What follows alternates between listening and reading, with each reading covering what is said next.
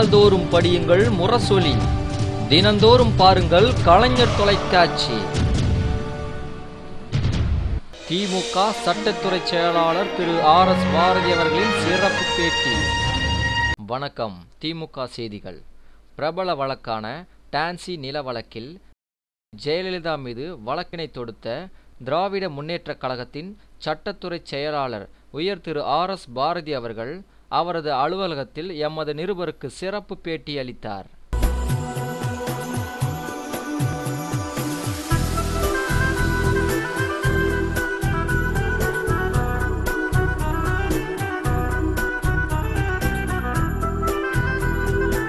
திமுக செய்திகள் இணையதளத்தின் பார்வையாளர்கள் அனைவருக்கும் என்னுடைய முதற்கண் வணக்கத்தை தெரிவித்துக் கொள்கிறேன். உங்களோடு இன்றைக்கு தமிழகத்தின் முதல்வர் கலைஞர் அவர்கள் ஆட்சியில் நிறைவேற்றப்பட்டிருக்கின்ற திட்டங்களை பரிமாறிக்கொள்வதற்கு வாய்ப்பு கிடைத்தமைக்கு மிகுந்த மகிழ்ச்சி அடைகின்றேன். கலைஞர் அவர்கள் 1969 5 முறை தமிழகத்தினுடைய முதலமைச்சராக பணியாற்றுகிற வாய்ப்பை பெற்ற ஒரே முதல்வர் நம்முடைய கலைஞர் அவர்கள்தான். ஒவ்வொரு முறை ஆட்சிக்கு வருகிற போதும் தமிழக மக்களுக்கு பல்வேறு சாதனைகளை கலைஞர் ஆற்றியிருக்கின்றார்கள். எல்லாவற்றையும் மிஞ்சுகின்ற வகையில் 5வது முறையாக 2006ஆம் ஆண்டு ஆட்சி பொறுப்பை ஏற்றுக்கொண்ட கலைஞர் அவர்கள் கடந்த 4 ஆண்டு காலத்திலே செய்திருக்கின்ற சாதனைகளை எண்ணி பார்க்கிற போது உலகமே வியக்கத்தக்க அளவுக்கு அந்த சாதனைகள் அமைந்திருக்கின்றன. உதாரணத்திற்கு கிலோ அரிசி ₹1 தொடர்ந்து வழங்கப்பட்டு வருகிறது என்றால் கலைஞருடைய அரசுக்கு இதைவிட நற்சான்று வேறொன்றும் தேவையில்லை. உச்சநீதிமன்றமே அண்மையிலே இந்தியா பூராவிலும் தேங்கி கிடக்கின்ற உணவுப் பொருட்களை ஏன் வீணடிக்கிறீர்கள், தமிழகத்திலே முதல்வர் கலைஞர் அவர்கள் கிலோ அரிசி ₹1 தருவதைப் போல ஏழை எளிய மக்களுக்கெல்லாம் ஏன் தரக்கூடாது என்று சுப்ரீம் கோர்ட் கேட்டதற்கு பிறகு இன்றைக்கு இந்தியா பூராவிலும் தேங்கி கிடக்கின்ற உணவு பண்டங்கள் அரசின் மூலமாக விநியோகிப்பதற்கு மத்திய அரசு நடவடிக்கை எடுத்திருக்கிறது. ஆக இந்தியாவில் இருக்கிற மக்கள் அனைவரும் வயிறார உணவை அருந்த போகிறார் என்று சொன்னால் அதற்கு வழிவகுத்தவர் கலைஞர் என்று பெருமையோடு திமுக காரன் சொல்லிக் கொள்ளலாம்.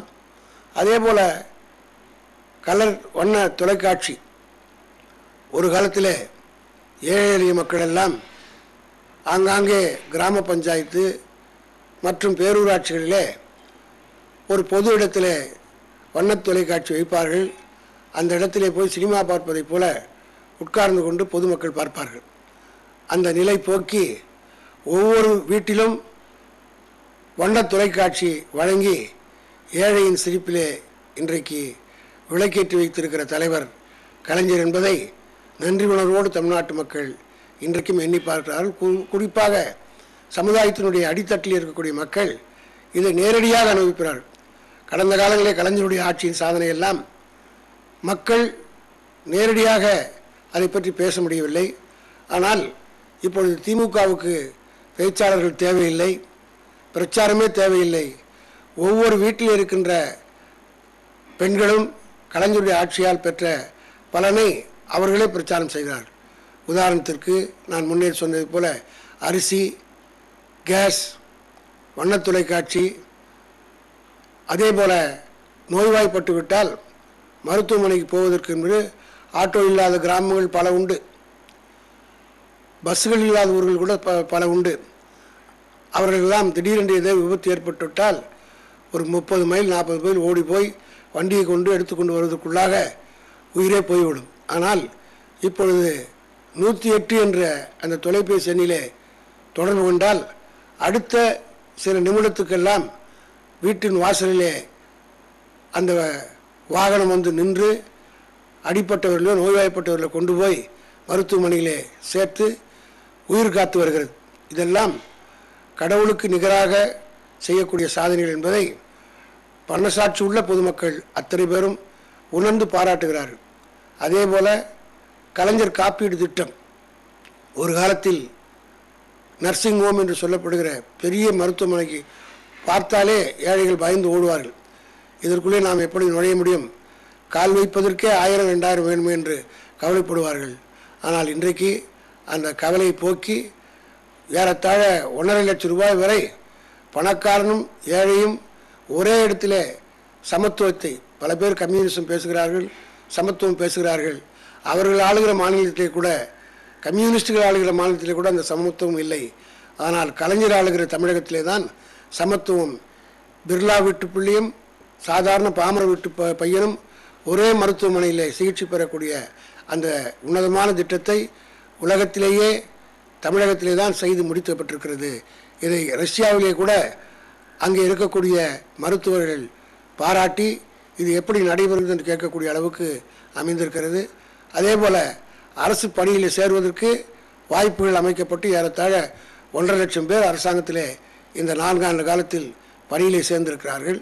இப்படி ஒவ்வொன்றையும் பார்த்து பொதுமக்களே வியக்கத்தக்க அளவுக்கு இன்றைக்கு கலைஞருடைய ஆட்சியின் சாதனைகள் அமைந்திருக்கின்றன. முதல்வருடைய சாதனைகள் இவை என்றால், இவற்றையெல்லாம் மிஞ்சக்கூடிய அளவுக்கு துணை முதல்வராக இருக்கக்கூடிய தளபதி மு.க. ஸ்டாலின் அவர்கள் ஓய்வின்றி உழைக்கிறார். அவரை பார்த்து பொறாமைப்படக்கூடிய அளவுக்கு அவர் உழைத்துக் கொண்டிருக்கிறார்.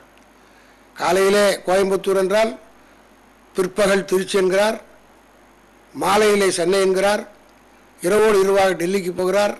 அங்கே பேசி முடித்துவிட்டு அடுத்த நாளே இங்கே வந்து திருமணங்களிலே கலந்து கொள்கிறார். அவர் தூங்குகிறாரா ஓய்வு எடுக்கிறாரா என்று கூட தெரியாத அளவுக்கு சுற்றி சுழன்று பணியாற்றி வருகிறார். நாளொன்றுக்கு குறைந்தபட்சம் ஒரு 50,000 பேரையாவது நேரடியாகவோ தொலைபேசி மூலமாகவோ இணையதளத்தின் மூலமாகவோ சந்திக்கின்ற ஒரே அமைச்சர் நம்முடைய துணை முதல்வர் தளபதி மு.க. ஸ்டாலின் அவர்கள்தான்.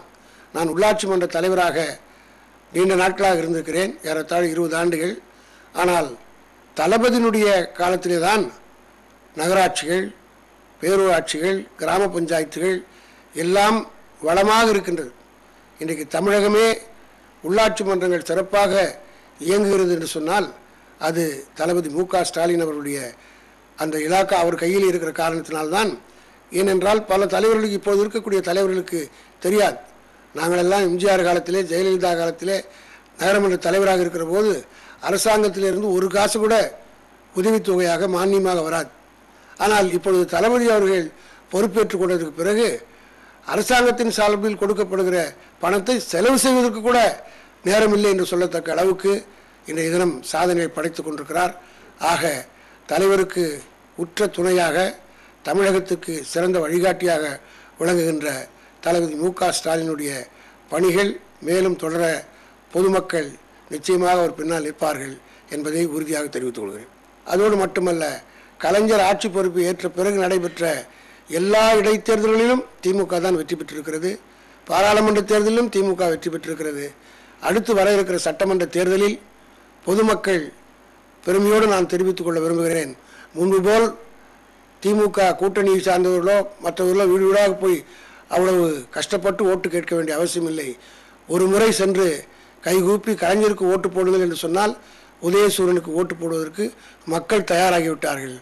ஆக சென்ற தேர்தலிலே பெற்ற வெற்றியை விட இந்த தேர்தலில் 2011ஆம் ஆண்டு நடைபெறுகிற தேர்தலில் இதுவரை இல்லாத அளவுக்கு திமுக மகத்தான வெற்றியை பெறும் என்கிற நம்பிக்கை எனக்கு இருக்கின்றது.